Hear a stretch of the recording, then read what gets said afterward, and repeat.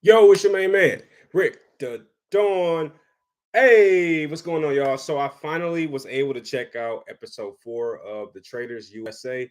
And before I get started, this episode is brought to you by wordy.com. That is my social media site. Go check it out. So this episode was pretty interesting.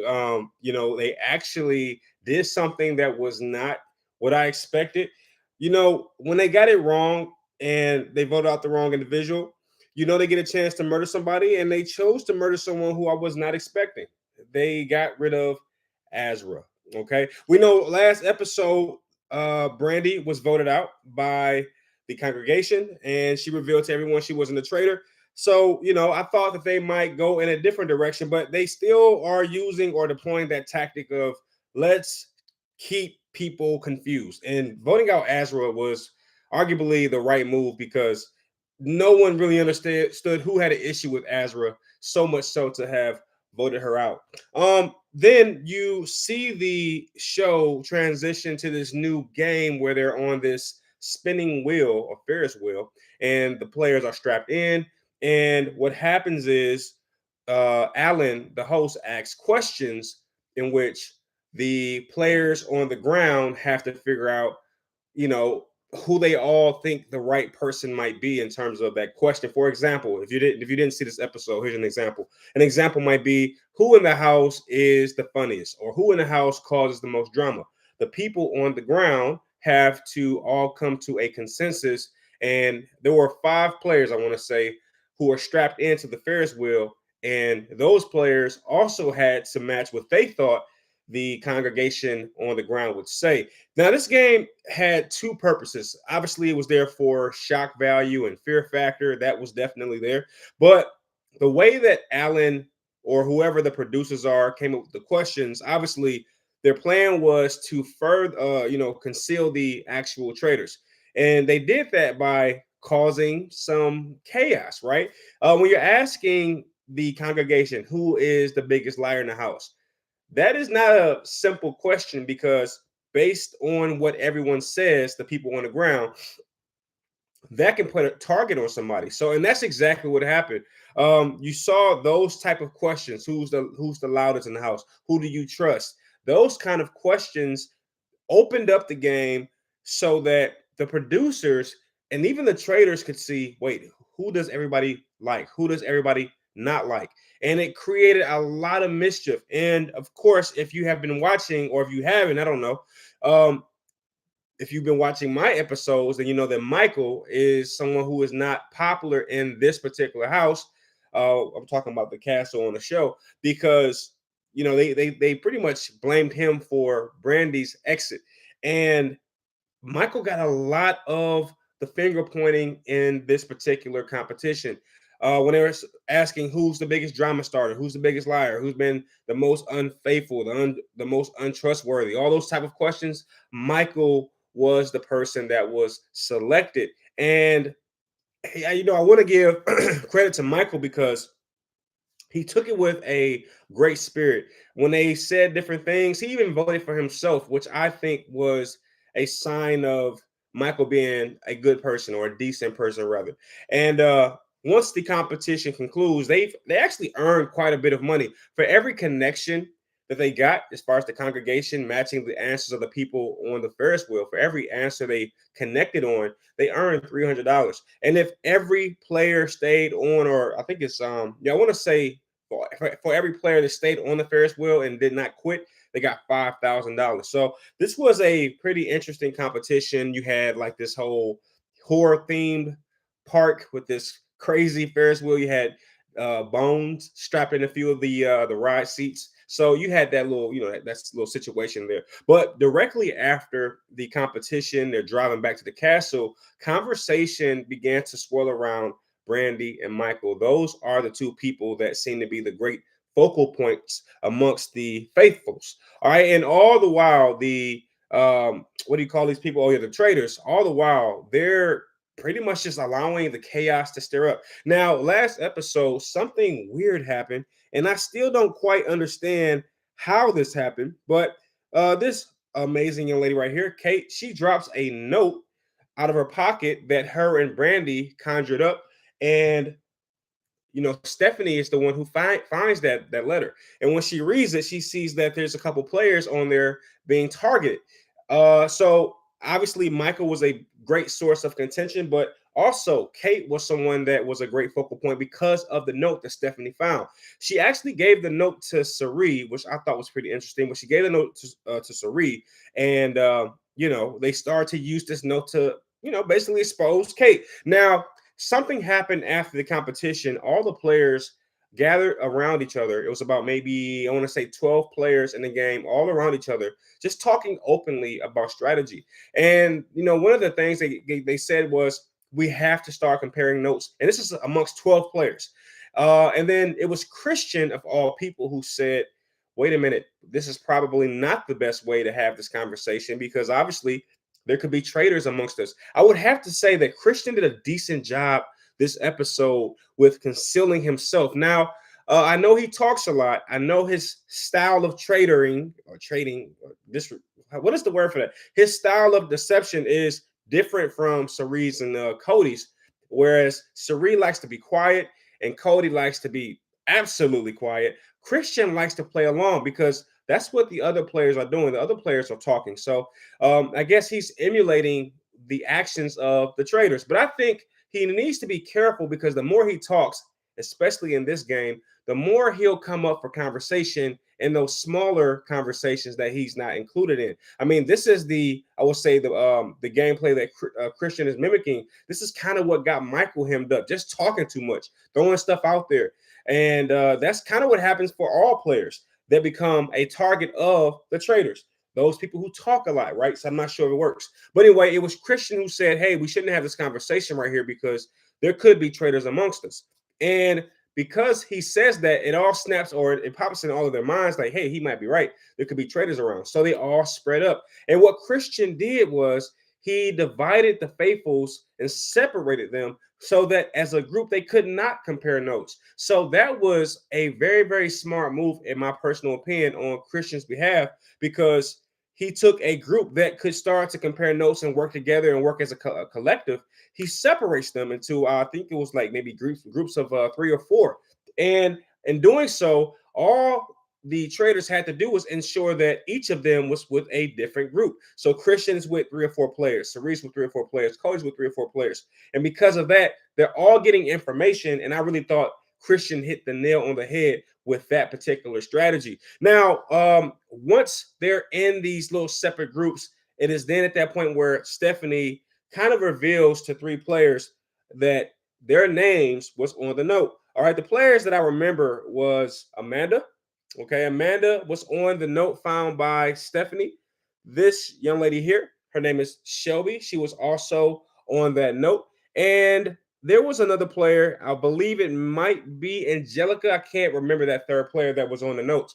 But Stephanie reveals to Shelby, and what was her name? Was it Amanda? Yes, it was. All right. So Stephanie reveals to them that, hey, your name is on the note that I found that fell out of Kate's pocket, which was very, very loose. That's exactly what a traitor would have done. In fact, I think the traders should take note of that. Let's create some fake notes. Maybe by the 3rd or 4th season, the players will start to get more smart about how they can deceive the faithfuls. But let's create some fake letters and put them under the seats of people that will create mischief and have finger pointing happen. We haven't got to that level of strategy, and I think it's because we're in season 1 of the US version of the show. But once that happens, once Stephanie reveals to Amanda and Shelby, they want to know, and they actually want to see the note. But like I said, Sari had it. But once they all see it, they want to confront Kate and ask her, why was my name on the list? Why was my name on the sheet of paper? That was kind of shady. And they finally get to the round table, and the first person that gets grilled is Kate. Now, I thought that Kate handled the grilling rather, I would say moderately successfully, because they asked her why was our name on that list, and she doesn't panic. I guess that's what I'm trying to say. She doesn't panic. She says, hey, we were trying to figure out who the traders might target, and that's why your name was on the list. And for the most part, that quells the suspicion around Kate with regards to the note, because directly after that, everyone gets back on Michael's case, and they're like, really going in at Michael. Now, Michael was cited as saying earlier that if he had to go out, if he had to go out, he wanted to go out via being banished and not killed overnight by the traitors. He wanted to be banished, and he wanted to do that so that on his way out, he can reveal to the group that he's not a traitor. I think that was something that he really wanted to say. And Michael takes a lot of beating here in this particular gathering. It's Kate versus Michael, and Kate, she's just pretty stoic. Now, this guy right here is his name is Quentin. Is it Quentin? Yeah, it is Quentin. He goes in on Kate. This is the second time he's done this. I thought him doing so to Brandy was like a one-off, but no, he kind of goes off on Kate and says, "Hey, you've been very negative. You've been throwing dirt at the wall. You're constantly going at Michael. I think it's a deflection how you say this word mechanism. Yeah, and he just goes in on Kate. And I liked it when he did it to Brandy, but now I'm seeing it's really a part of his personality, and not the biggest fan, obviously. And I think that after Kate goes out, I believe he becomes the focal point because they're going to say, "Hey, you're the one who went so hard on Brandy. You went so hard on Kate. Both of those individuals were faithfuls. So what does that say about you?" I think that's definitely around the corner. Something else happened in this episode that is worth mentioning, and that is Sari noticing the close bond and friendship between Cody and Ryan. Okay, so Cody is obviously a traitor, and where's this guy at? No, it's not him. He reminds me of Ryan. Here's Ryan, U.S. athlete. I think he swam with Michael Phelps. So Siri is noticing that Cody and Ryan are good old boys. They're often laughing at the same jokes and things like that. And I think on the Ferris wheel challenge, the question was, who do you trust the most in this game? Everybody chose the same person. Everyone chose, I want to say her name is Amanda. Yep, I got it right. Everyone chose, I believe it was Amanda, because she's a nurse or something to that effect. But it was Ryan who chose himself and Cody who chose Ryan. And that sent up the antennas of Sari and said, wait a minute, Cody is starting to really fall for this guy, Ryan. As weird as that sounds, but that's kind of what she was trying to say. And we know Cody is infamous for having bromances. I'm sorry. He's infamous for having bromances. Every show that he's on, he gets a really, really tight bond with somebody. And, I noticed that in this game, at least this episode, there is some metacognitive play between the traitors because technically, Cody could betray the traitors. Wouldn't that be interesting? He could become friends with Ryan and say, hey, I'm going to give you some secret information. And if you can keep it concealed, then we can go far in this game together. I'm a traitor. And guess who else is? Sari and Christian. And at that particular point, Ryan would know exactly who to target. And in fact, on top of that, Ryan could request that Cody keep him safe. So there is some really weird dynamics here that could go, could definitely change the sway of the game. But anyway, going back to the round table, obviously Michael was a casualty of all the finger pointing. He really lost the moment he pointed his fingers at Brandy and saying that she's the traitor. And when it was revealed that she wasn't, it was pretty much over for Michael. And now that is why I asked that question. I believe it's my episode 2 reaction. I said, did Michael just ruin his game? And the answer was an astounding yes. The minute he pointed his fingers at I want to say no, it was, what was her name? Geraldine, right? And then he pointed his fingers at what's her name here? I forget these names. These names are so Brandy. Once he's pointed his finger at Geraldine and Brandy by that point, and they're both revealed to be faithfuls, at that point I felt like Michael was done. And I like I said, I think the same thing is going to happen to Quentin once it's revealed that the people that he's targeting, first off, Brandy's already revealed this, but once Kate is revealed not to be a traitor, I believe Quentin easily becomes the next target. But yes, Michael is voted out, as you probably can imagine. And I love the way that Michael exited the game. He said, because once they're on their way out, they have to turn around and say, I was or was not a traitor. I love the way that Michael did it. It was so clever. As he's walking out, he says, everyone, I have to let you know I am. And everybody's like, oh, they just went and started to erupt because they're like, I knew it. I knew that Michael was a traitor. They anticipated that Michael was going to say, I am a traitor. But he says, I am of faithful. All right. So when he says it like that, it totally threw everybody off. And once that happens, you already knew what happened. It was pretty obvious. Once it's revealed that Michael is a faithful, you know where everybody's attention turned to? It turned to Kate. All right. It turned to Kate because everyone said, wait, you're the one that was really adamant about Michael being a traitor. Why were you so adamant? So I think it's going to be Kate. And then after Kate, I think Quentin's name might start to pop up. If not, a traitor itself, maybe a Christian or so. Those people that's doing the most talking, those are the people who have a lot to worry about once Kate leaves. But then we go to the overnight deliberations between the traitors, in which they're starting to have conversations, and it got pretty heated because Sari starts to question Cody about his relationship with Ryan, and Sari kind of makes an accusation and says, "Hey, you know, you're kind of getting close to Ryan, and I know you guys have a relationship outside of the house." And Cody instantly gets defensive about that, and I can understand why, because at the end of the day, he doesn't. Well, I don't know for sure, but according to Cody, he doesn't even know Ryan. He met Ryan in the house, and Cerise seems pretty adamant about the fact, wait, I think I've seen you two on social media, and Cody's like, nah, you didn't see us on social media. There's no way that you saw that because I just met Ryan. So that started to create some internal friction between the traders. And I'm very curious about how that dynamic will play out because Sari asks or says, well, as far as the overnight murder, let's go ahead and just get it out the way. Let's go ahead and put Ryan up because most of the traders are targeting this guy here. And it's mainly because Kyle does a lot of talking. Okay, wrong thing to do in this game. But Sari is calling Cody's bluff like, hey, if you're not cool with Ryan, if he's not a big factor, then vote him out tonight.